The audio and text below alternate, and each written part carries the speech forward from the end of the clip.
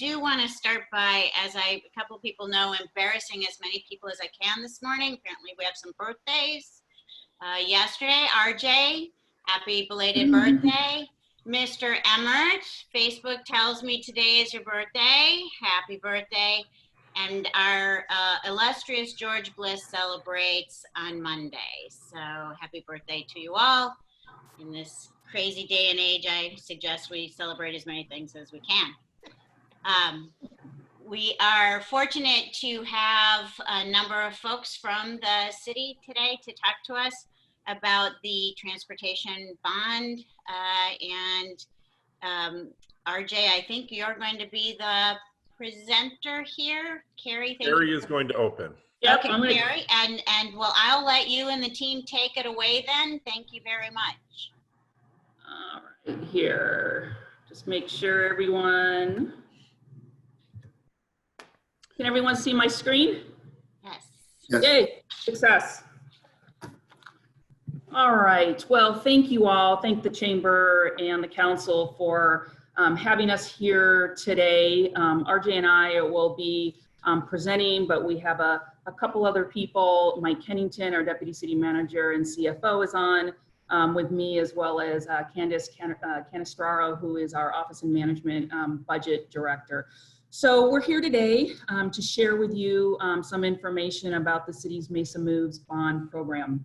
And beginning September 1st, you're going to see a lot more regarding this bond, as the city staff will be starting an educational outreach via various social media platforms regarding the bond question that will be decided upon, which will be on our November 3rd general election ballot.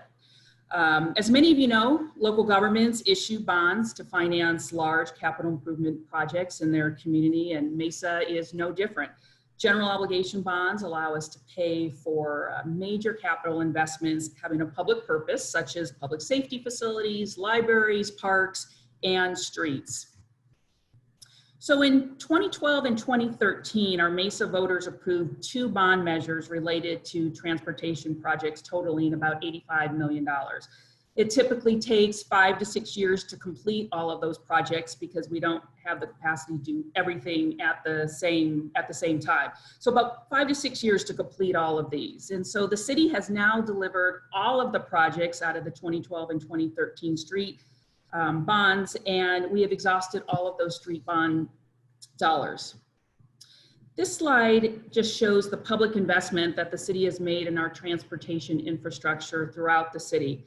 City staff has delivered about 46 projects since 2012, whether that be constructing new streets to improve street and freeway connections in growing parts of our city, or widening or reconstructing existing roadways in older parts of our city. And we've added more bike and pedestrian pathways, and we've utilized technology to improve safety and traffic congestion throughout the city. Now, the city uses funding sources like bond dollars to pay for these improvements, but we also get other state and local revenues to assist us with transportation projects. And RJ will discuss a little bit later how we partner with the Maricopa Association of Governments to reimburse us for some of those costs associated with our very large roadway projects that benefit the traveling public. Today, we look at our streets very differently than we have in the past, and no longer do we think of them as this sea of asphalt. Roads have really become the arteries through which the economy pulses. Not only do streets and bike and ped pathways connect people to places, but our streets are economic development and redevelopment drivers for our Mesa economy.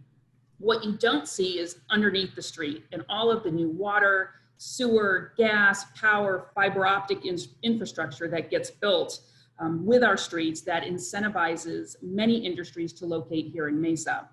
This is an example of our Elliot Road tech corridor, whereby the city utilized bond funding to build additional infrastructure capacity that lured companies like Apple, Niagara, EdgeCore, and Dignity to do business in Southeast Mesa.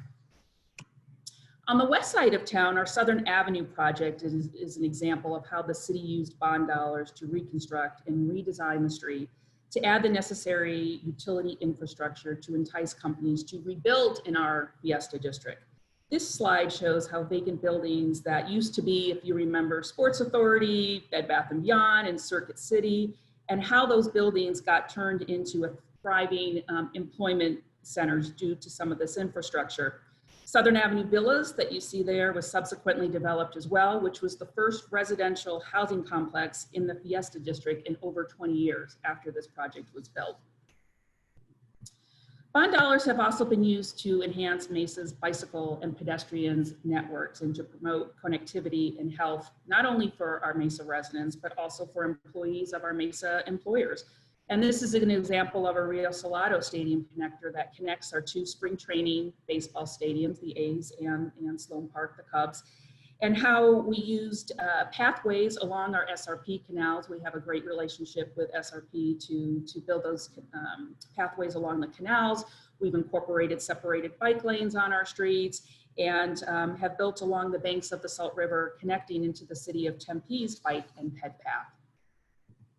So as staff began to have discussions last year with our city council about a potential 2020 street bond, one of the first things our city leaders asked is, okay, staff, can you go out into the community and can you get feedback from our residents, asking a series of questions on what's the most important to them regarding Mesa's transportation system in an effort to help build potential projects that would go into this bond package. So now I'm going to go turn it over to RJ, who's going to talk about our Mesa Moves.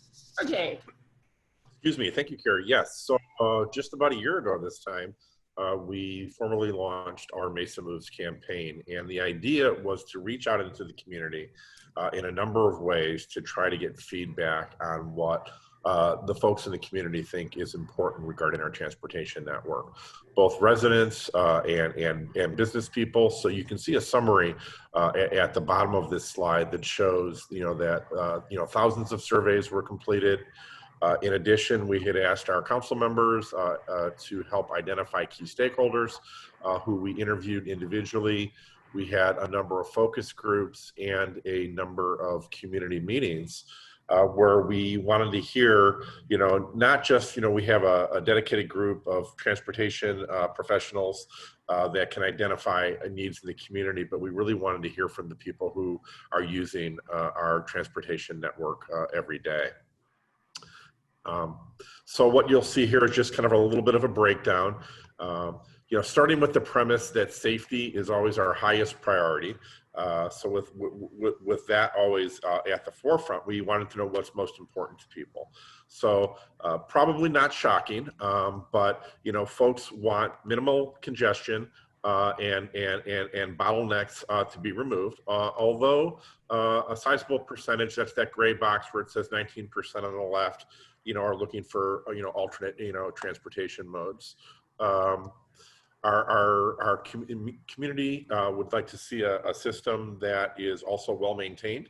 That's important, and we'll get into that a little bit when we talk about the project categories a few slides down.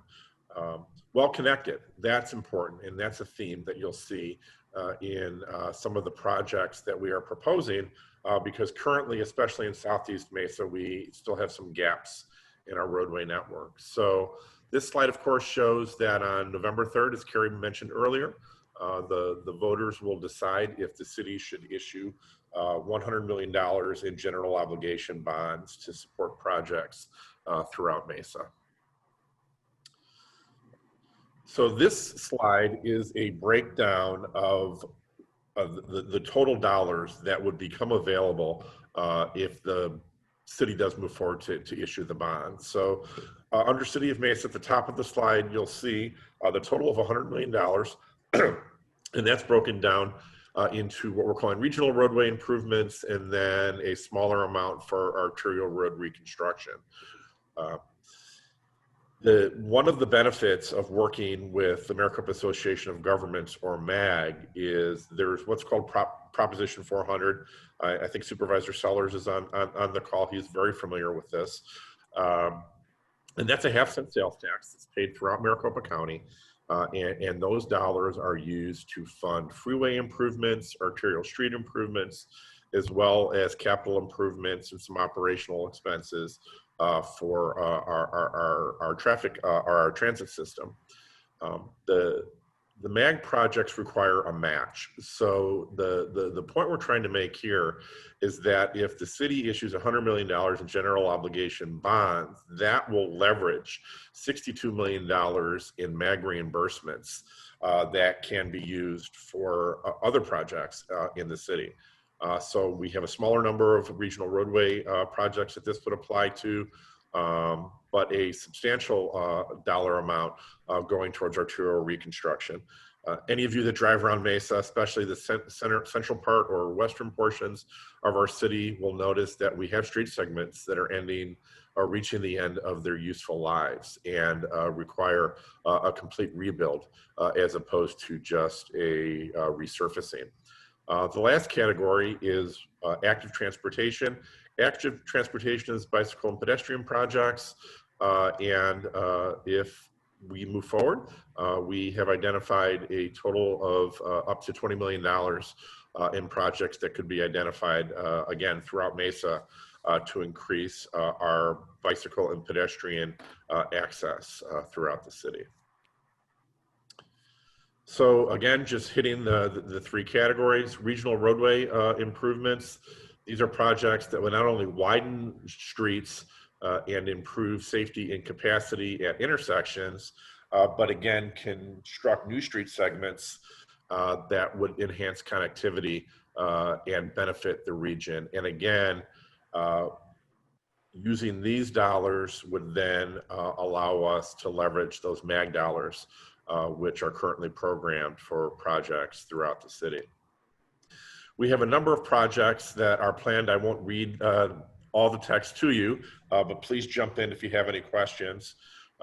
Signal Butte, this is a new roadway actually that is currently under design. As the state is preparing to start construction on the extension of State Route 24 from Ellsworth to Ironwood in Pinal County, this project is of critical importance to establish another north-south arterial in that part of the city. If you drive out there right now, and you'll see a project on Ellsworth Road, a couple down, there is not sufficient north-south roadway capacity in that part of the city. So by constructing Signal Butte from Williamsfield to Germain, not only will we be providing another access point to the upcoming extension of State Route 24, but also allow for further commercial development in this part of the city. We're also partnering with the town of Queen Creek on a portion of this project. Coming back more towards the central part of the city, Broadway Road, Mesa Drive to Stapley. This is a streetscape project, also improving safety along this portion of Broadway Drive. You can picture, many of you, the large 69 kV utility poles that in many cases are right in the middle of the sidewalk. Moving those poles would be really expensive. So we'll be trying to make the sidewalks more user-friendly, kind of working around those poles. This is also currently under design. Ellsworth Road, again, back to Southeast Mesa. This is from the southern city limit at Germain north to State Route 24. Over 50,000 cars a day are using this section of Ellsworth Road right now. So we would be adding 5th and 6th lanes on this portion of Ellsworth. Stapling University, now we're going to talk about a couple of intersection projects. This project would improve both capacity and reduce the number of accidents at this location.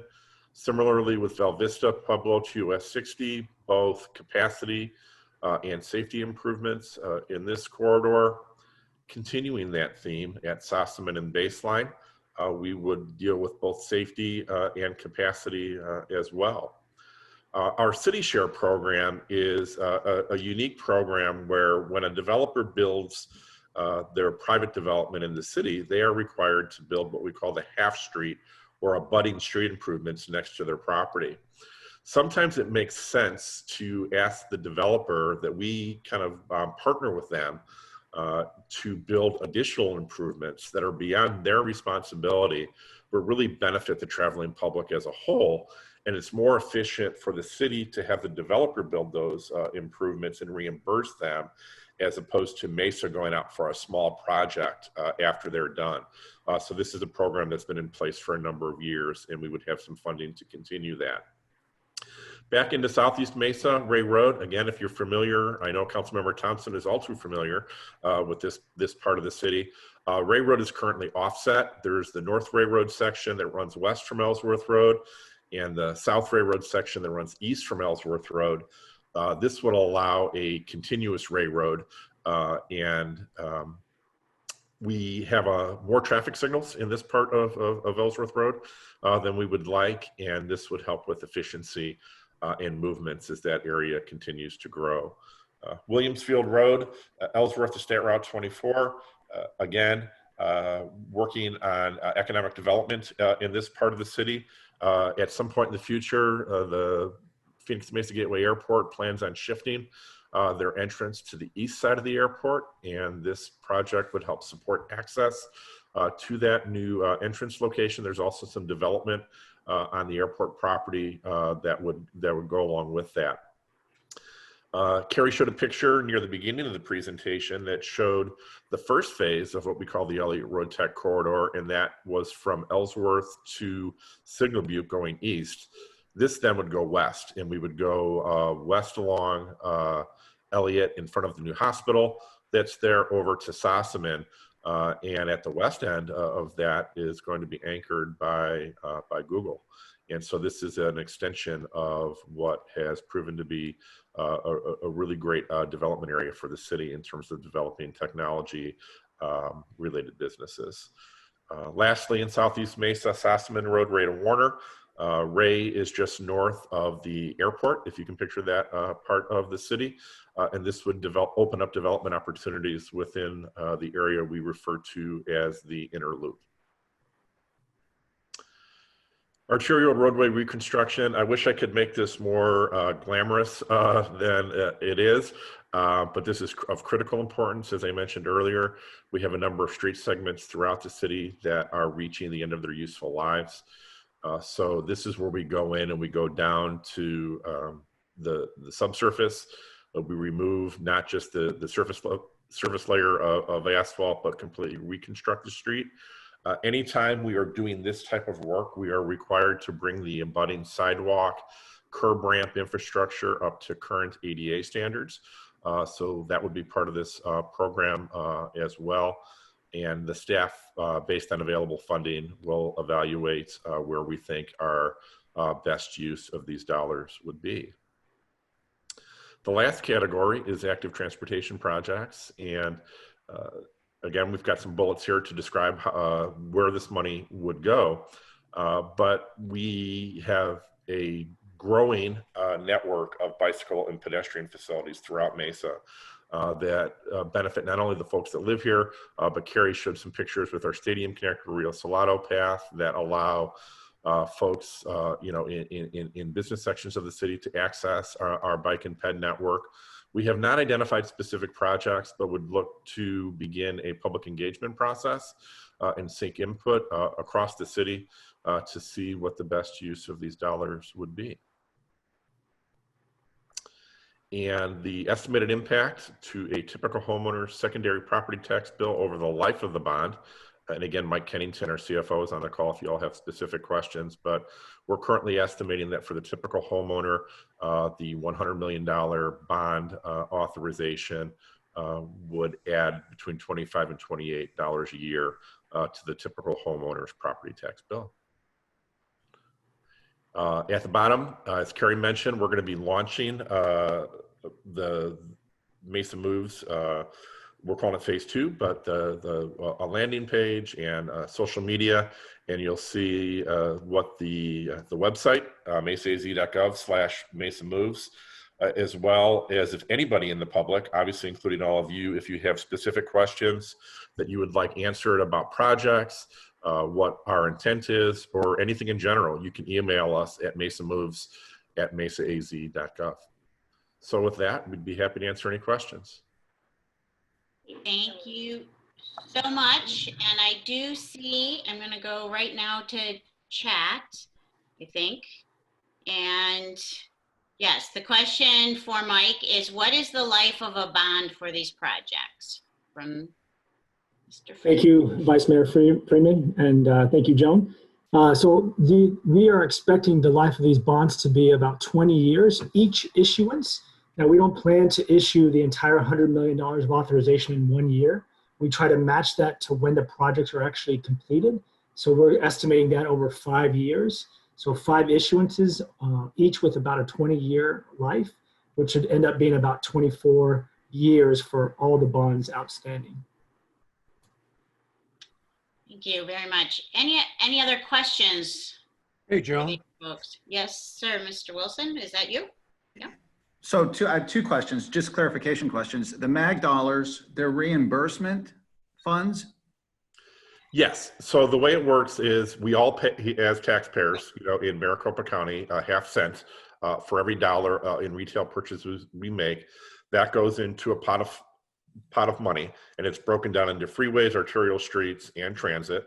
Working through the MAG process, projects are identified across the valley, across the county. And when your project is programmed for reimbursement is when you get those dollars. So the idea is that the cities or the county are upfronting the money. We have a very good working relationship with MAG. So depending on when those dollars are authorized, we can get reimbursed pretty quickly. So I'm embarrassed to ask this question on this Zoom with all these people here, but at the $100 million bond with $69 million being reimbursed, is it actually $169 million that the projects are going to cost, or what will happen with that? Yes. So the idea is that if we borrow 100 million, an additional 62 million becomes available for other projects as part of the total. So the total program, so I'm clear, is $162 million. Got it. Thank you. And then last question. Can I ask one more question? Please. On the $20 million amount for alternative transportation or bike paths, those areas haven't been identified yet, but you're earmarking 20 million for it. What was the logic in the 20 million if the areas haven't been identified yet?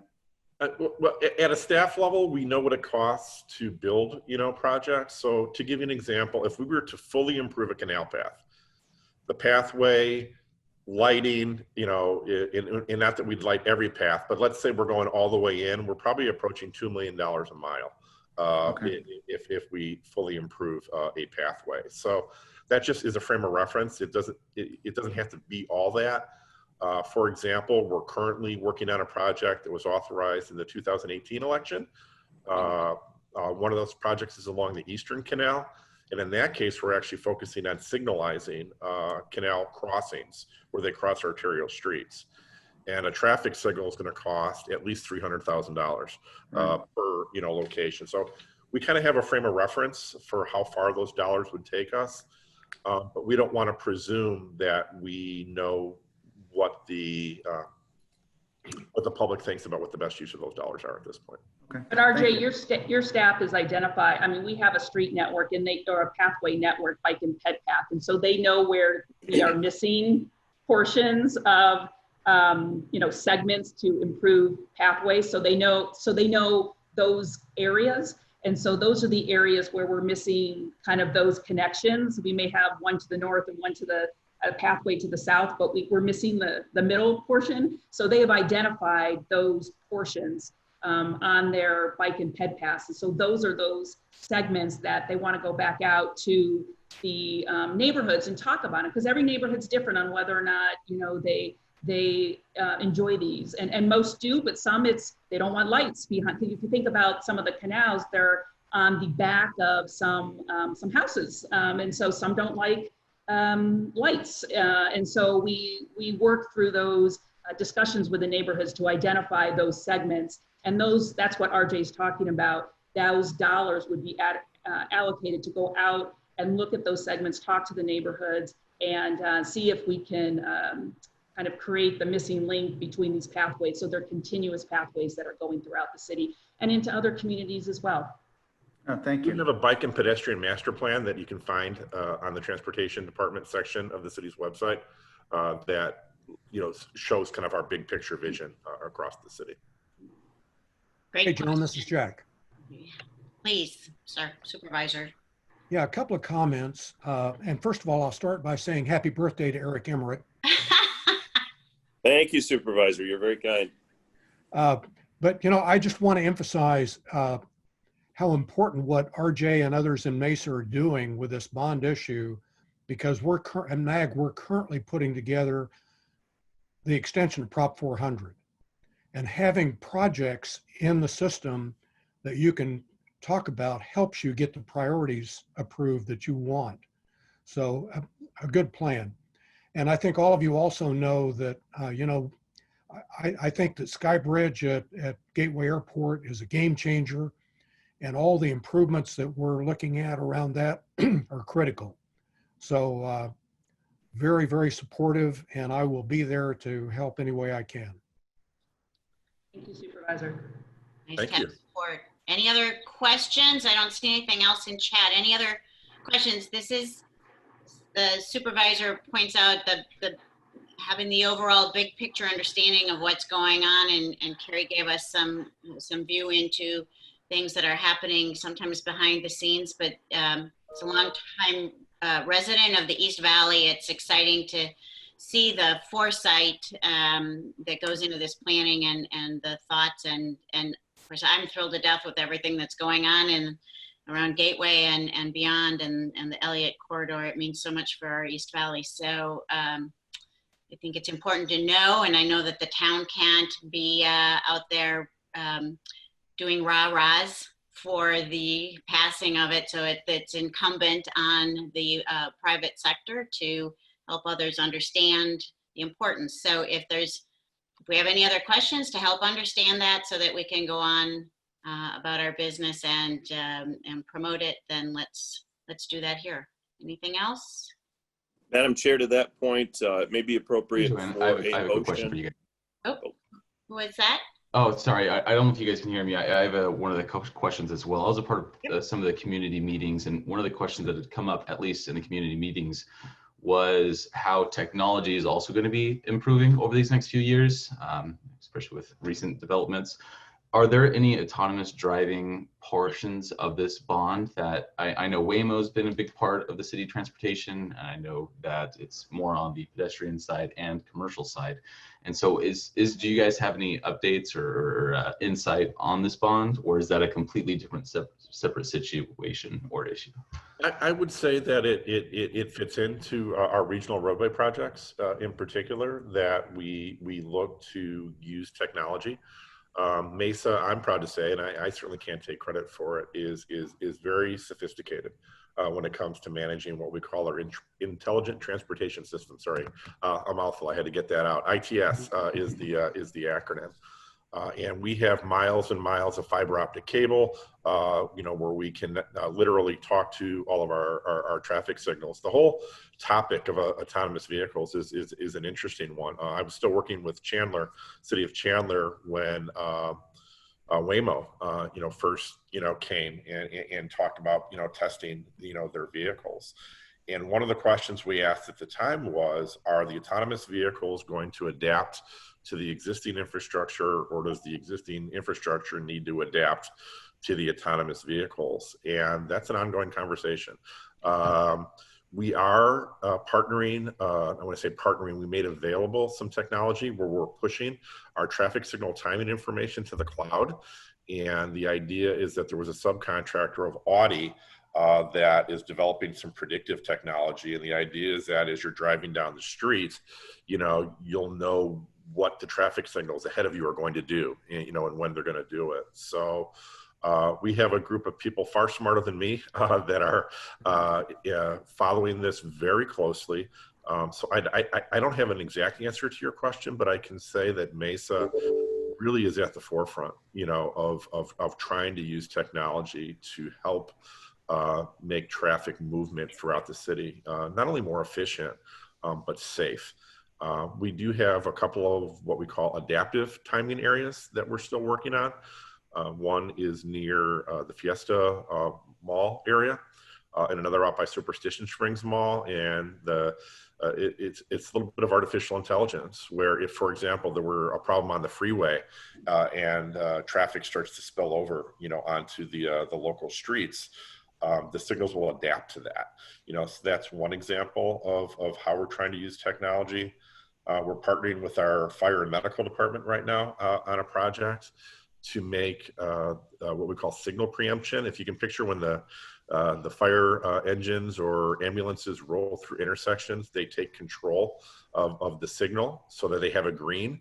We're working on some new technology to make that more accurate and safer to help for quicker responses for medical and fire issues. So those are just a couple of examples, but we're certainly wanting to be ready for technology as it comes.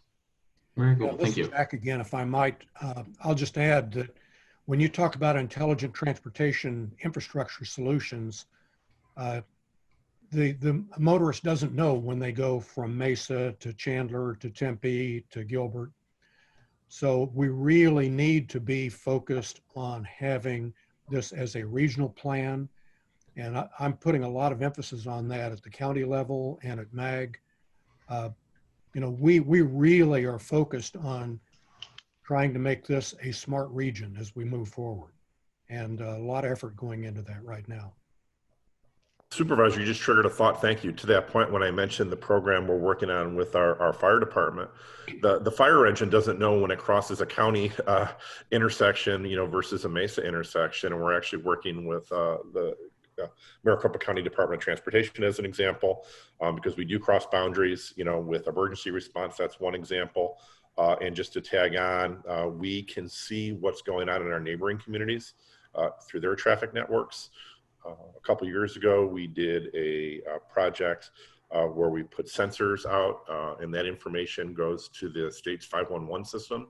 And again, following on Supervisor Seller's comment, that's across governmental boundaries, because again, your car doesn't know when you cross from one city into another. So we agree.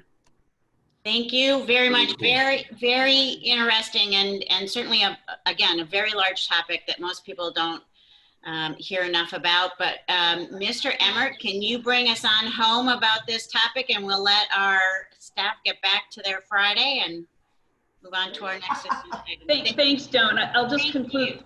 I just want to conclude by saying I know we have council members Thompson and Freeman on the call, and really, they understand it's challenging times right now. But they have the leadership to refer this question to the ballot and let the voters decide, because we're continuing to grow. We have, west side of our city that continues to age. And so I just wanted to extend our appreciation as staff to our council for their leadership. So with that, we will get off the phone and let you continue with your meeting. So be safe. So thank you. Good plug, Carrie. Thank you very much. Eric, do you want to wrap it up for us? Sure. Okay. And kudos to city staff, because they operate on 410s. They don't work on Friday. So this is thank you. A real treat for them to be educating and not advocating to us. So traditionally, the Mesa Chamber has supported transportation bond packages. It supported Proposition 400 when we went through the regional transportation tax several years ago, and we'll be supporting the upcoming reauthorization of that, in which Mr. Sellers is taking a leading role.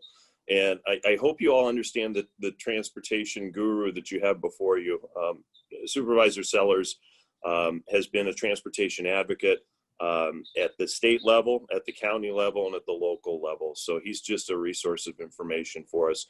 And him trying to push this as a transportation tech corridor, along with Councilmember Thompson, we're really blessed to have their leadership. So unless there are other points of discussion, Madam Chair, it would be appropriate to entertain a motion to support. Thank you. Well, thank you so much for setting that up for us. Do we have a motion to support the passing of this transportation bond?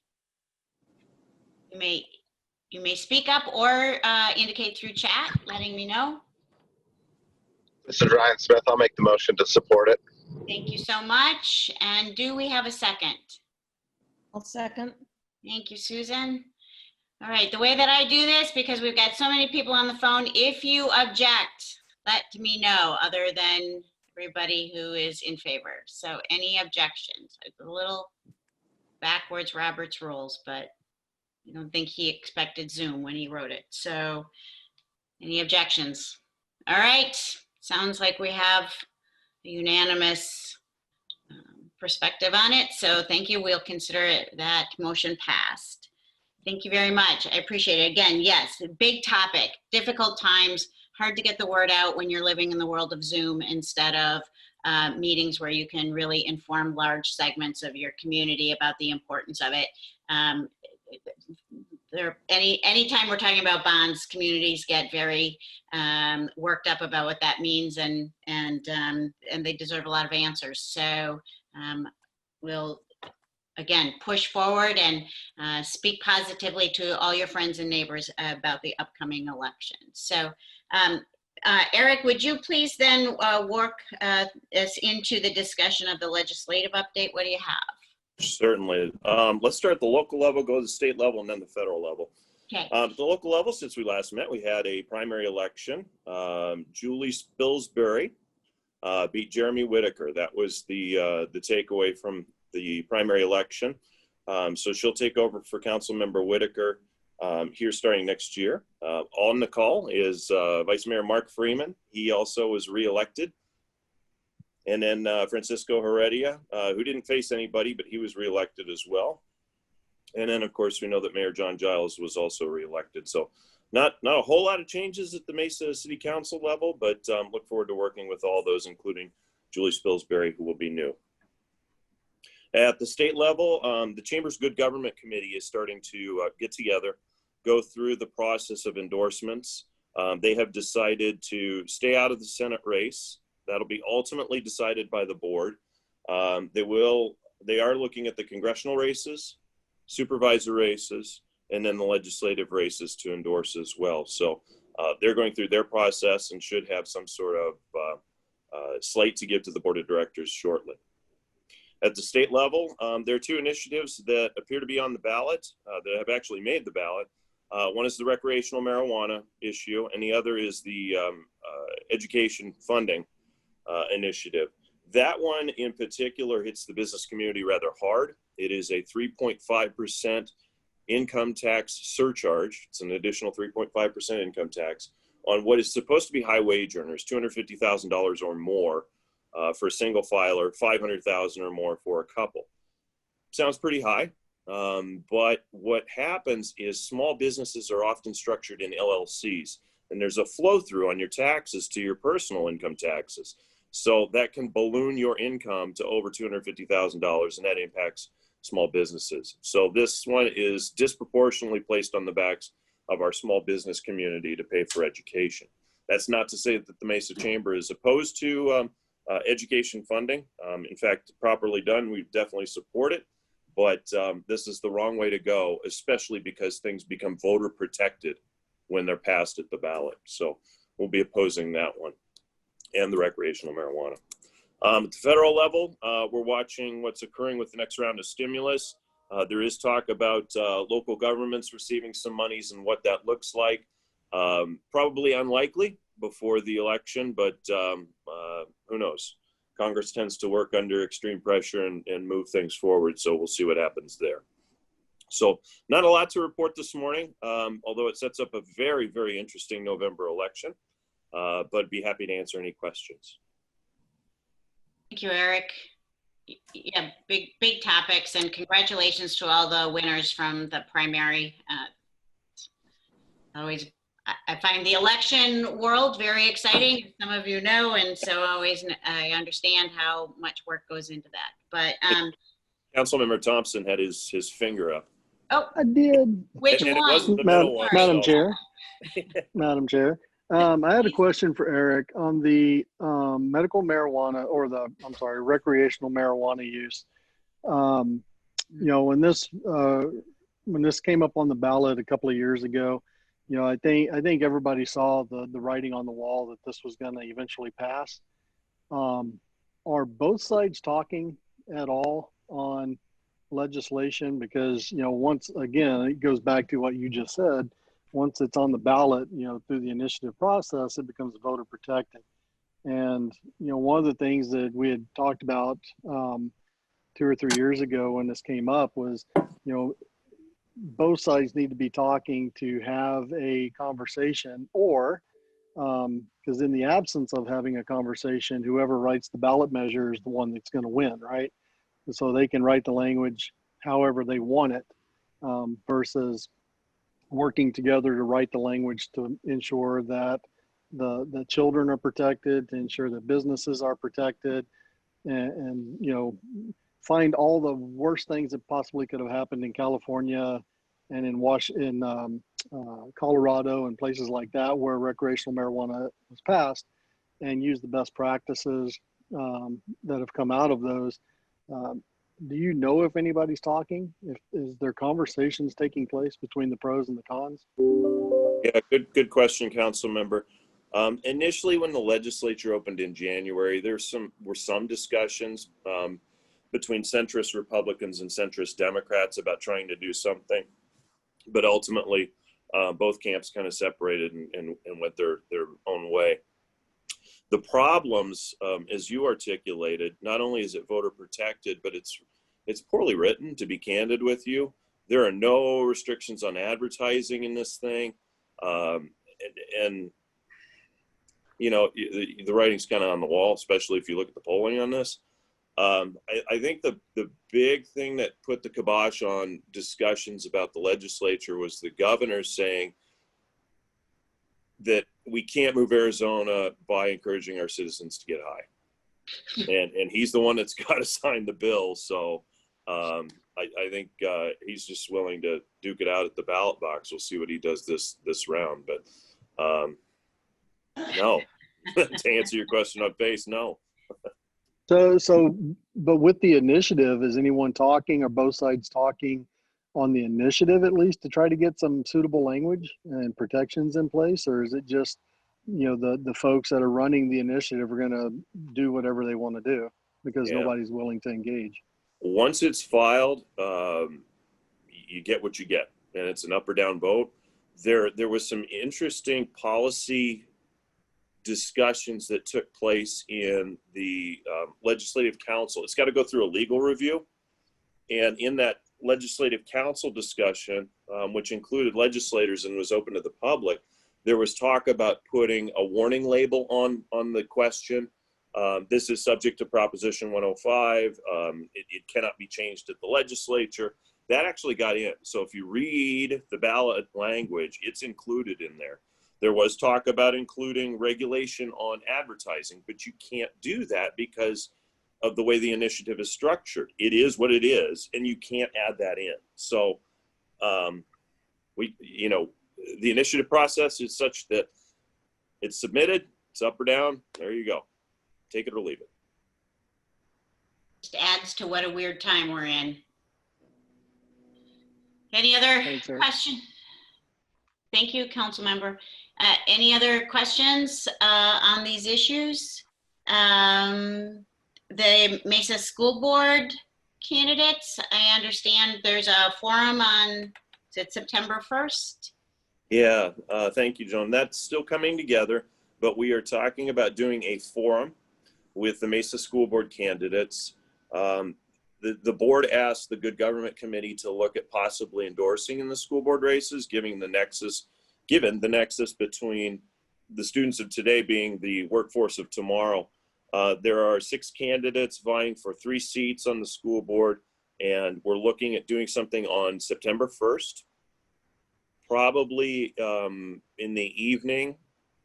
So more details to come, but Sally and staff are working through that along with our support. So more details to come. Tough time for school boards too. All right, do we have anything else? Any other questions? Any other concerns at this point in time on our topics? All right, well, thank you everyone for your time this morning. Yes, Miss Sally. Vice Mayor Freeman has a question or a comment. Oh, thank you, Vice Mayor. Hey, Yeah, thank you so much. I wanted to circle back to the transportation bond, just so you know, as a council, if we're not proactive in getting these bonds out to the voters, then we would lose a lot of leverage. We have a kudos to Councilmember Thompson. There's a lot of development in District 6, car dealerships wanting to go in and road expansion. And so as we wrangled about whether we should bring this bond to the forefront of the voters, we felt it was necessary, because if we'd have to go to a special election, that's $1 million for us to just have a special election. Otherwise, we'd have to wait 2 more years to come forward with a bond election. Therefore, we would lose two years possibly of economic development and sales tax revenue, which drives our city, and it's just not acceptable. So that's why we leverage some of the discussion at council level to get it out to the voters. I wanted the chamber to know that there was a lot of thought. You know, we don't want to encumber any more bond debt, but the good thing is our secondary bond debt is 6% lower moving forward than it has been in the year prior. So, and that's due to more people moving into the city, and we are being proactive in paying off bonds and doing judicious money appropriation to the right projects. But now we're out of money, so we've got to bring it back to the voters. I just wanted to circle back and explain that to the chamber. So thank you. Yes, absolutely. Thank you so much. Appreciate that. And again, helping folks understand the implications of the bond and the importance and why it's on the ballot in November. That's all very important. And I'm certain that Vice Mayor and Council Member would be happy to take any additional questions should you have some or know anyone who does. All right. That being said, I think we are finished. Sally is signing us off. So thank you everybody for being here, and we will see you next month. Enjoy the weather. Bye-bye.